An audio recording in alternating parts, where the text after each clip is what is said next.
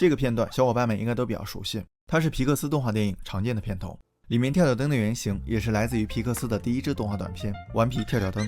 自1986年从卢卡斯影业独立出来之后，皮克斯工作室上映了25部长篇动画电影，而且几乎每部作品都是奥斯卡的热门，比如《玩具总动员》系列、《飞屋环游记》、《心灵奇旅》等等。虽说是动画片，但它并不纯粹是逗小孩子开心，很多影片传达的情感内核甚至深深地触动了成年人，这可能也是它叫好又叫座的原因之一。今天咱们通过心理学角度来看看皮克斯动画讲述的心智成长课。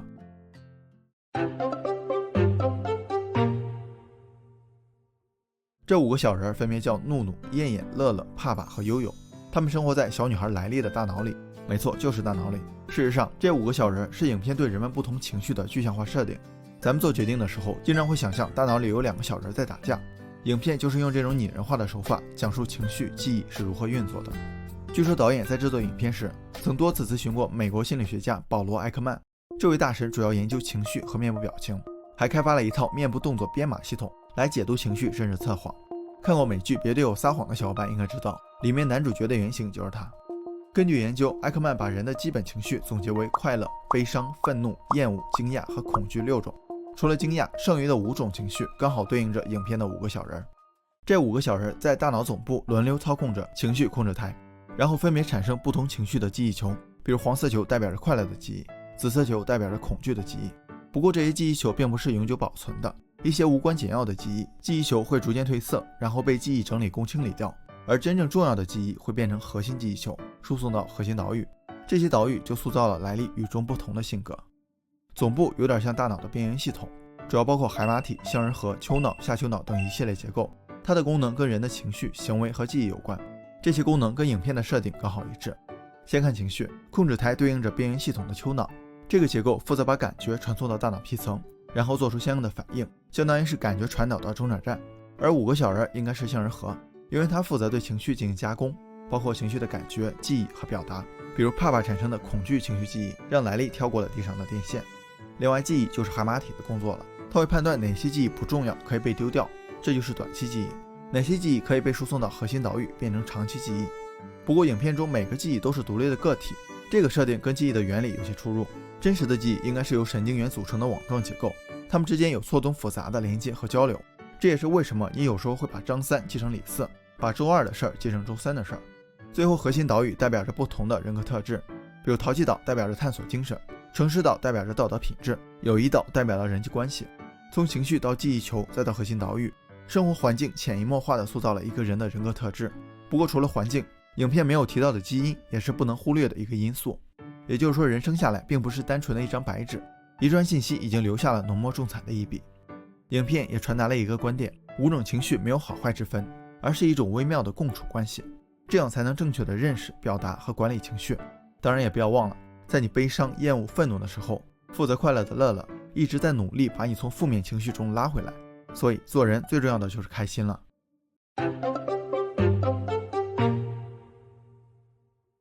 小男孩米格有个音乐梦，但他出生在一个皮鞋世家，而且因为他的高祖父年轻时为了追求音乐梦想而抛弃了妻子和女儿，高祖母深恶痛绝，撕掉了所有高祖父的照片，并且禁止整个家族的人玩音乐。一个意外让米格进入了亡灵世界，想要回去必须得到已故的家人的祝福，于是他开始寻找自己的高祖父歌神德拉库斯。但在寻找的过程中，他发现自己的高祖父并不是歌神，而是一个快要被世人遗忘的落魄歌手。如果被现实世界的人遗忘或者不再被供奉，那他就会灰飞烟灭，也就是影片所说的真正的死亡。通过沟通，米格揭开了深埋在几代人心里的误会，原来高祖父并不是抛弃妻子，而是在他要回家的时候被歌神枪杀了，所有的作品也被歌神抢走了。带着真相，米格回到了现实世界，但太奶奶已经记不清高祖父的样子。为了让他想起来，米格弹奏了之前高祖父弹给太奶奶听的曲子。太奶奶被唤起了记忆，而且虽然以为自己被父亲抛弃，她却始终珍藏着全家福中那残缺的一角。最后太奶奶在微笑中离世，高祖父也终于在亡灵世界中见到自己的女儿。据说原本这部影片涉及到亡灵题材是不能被引进的，但是在过审的时候看哭了审核人员，于是就破例了。虽然不知道这个说法是否属实，但催泪这个结论我是真的没法质疑。影片披着梦想的外衣，讲述了一部感人至深的亲情戏。小男孩米格追寻梦想的过程，也是原生家庭自我疗愈的过程。我们每个人都和自己的原生家庭有着千丝万缕的关系。原生家庭的影响就像父母的基因一样，刻在了我们的人格特质、行为模式里。米格的父辈们就是原生家庭复制粘贴的真实写照，一代一代只爱作协不爱音乐。不过到了米格这一代，出现了戏剧冲突，也撕开了有毒的原生家庭的遮羞布。苏珊·福尔德在原生家庭里提到，健康的和有毒的家庭体系最大的区别在于，家庭成员作为个体拥有多少表达自己想法的自由度。健康的家庭推崇个性、个人责任和独立，鼓励孩子发展自己的满足感和自尊心，这在米格的家庭里显然是不存在的。不过在误会一点点解开后，原生家庭与独立个性逐渐达成了和解。就像高祖母伊梅尔达给米格的3次祝福：第一次，我祝福你，但你以后不能碰音乐；第二次，我祝福你，但永远别忘了你的家人有多爱你；第三次，我祝福你没有任何条件。从绝对的控制到有条件的爱，再到放手和尊重，心情的微妙转变令人向往和感动。不过现实中的原生家庭，父辈们几乎不可能承认自己的错误，更不可能妥协让步。我们也很容易像刚开始的米格一样，表面顺从，内心抵抗。其实在成年之后，原生家庭的影响会越来越小，但很多人还是会复制父母的那一套观念和行为，或者保留着童年的思想和感觉。这就好比原生家庭关上了一扇门，你自己又加了一道锁。跟这种做法比起来，培养成人自我状态或许是更好的选择，就是可以有自己独立的人格，有理性的思考和判断能力，对问题做出合理的分析和决策。这些并不是为了证明谁对谁错，而是本着求同存异的态度，你可以做自己，父母也无需改变他们的样子。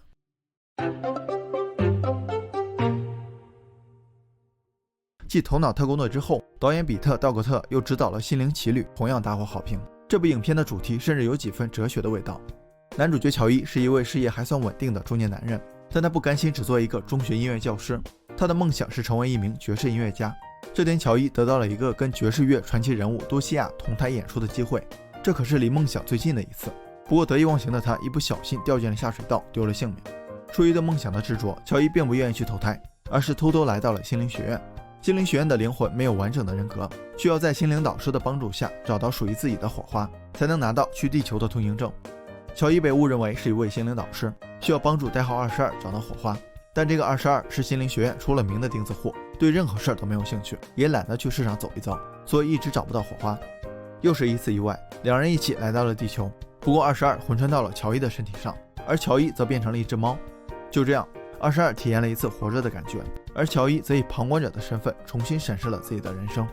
短暂的生活让22觉得精彩无比，他似乎也找到了自己的火花，喜欢吃披萨，喜欢跟人聊天，喜欢坐在路边感受阳光和落叶。但乔伊却告诉他，这不是人生目标，只是平庸的活着。拿到22的通行证后，乔伊回到了地球，也如愿以偿地跟多西亚同台演出。但这个苦苦追寻的梦想实现后，乔伊反而迷茫了，因为他感觉不到任何不同。看着22收藏的披萨边、棒棒糖，回忆起生活的点滴细节，乔伊终于意识到自己错了。皮克斯很喜欢借梦想的话题，表达更深层、更抽象的概念，而且也总能触碰到人们心里的那个点。心灵奇旅通过2种完全对立的人生理念来探讨生活的意义是什么，不仅不励志，甚至还有点反励志的意思。我们从小到大总是被一些过来人教导，每个人都要有为之奋斗的目标，要成为像乔伊那样的人。如果没有目标或者没有实现目标，那就是个反面教材。但更多的人，包括我，其实跟22一样，没有太大的欲望和抱负，只想每天安安稳稳、开开心心的活着。2种人生没有对错，但随着社会的飞速发展，人们的价值导向逐渐同质化，都想挤在独木桥上过河，争取相对短缺的优质资源。像之前比较火的内卷、躺平、鸡娃等热点，都是这个现象的真实体现。这个时候，22这类人就会变得焦虑、迷茫，甚至产生一种没有价值的负罪感。活在当下的意思也从豁达的人生态度变成了不求上进、破罐破摔。原本执着于目标是一件很累的事儿，但现在连普通的活着也变得不那么舒坦了。影片用火花重新诠释了生活的意义，它并没有反对目标，生活需要目标，但我们也要清楚，我们不是为了目标而生活。就像乔伊的爵士乐只是生活的一部分，生活还有美味的披萨，一起聊天的朋友，关心自己的父母，午后宁静的阳光和落叶。另外，乔伊实现了目标，但现实中有多少人无论怎么努力，还是不可避免地成为普通人呢？而作为一个普通人，就真的只能郁郁寡欢、潦草一生吗？我觉得不必被焦虑内耗，也不必被执念裹挟，因为在我们想要生活的那一刻，火花就已经被点燃了。皮克斯动画的成功并不是来自于它的 IP 效应和动画技术，而是这些心理学主题的作品总能与观众产生共情。当然，除了对心理学概念的解读和艺术升华，影片也真实地反映了当下最普遍的心理困境和情感需求。所以在我们焦虑了、困惑了、压抑了、emo 了，都可以看一看皮克斯的动画电影，没准能找到一些心灵上的慰藉。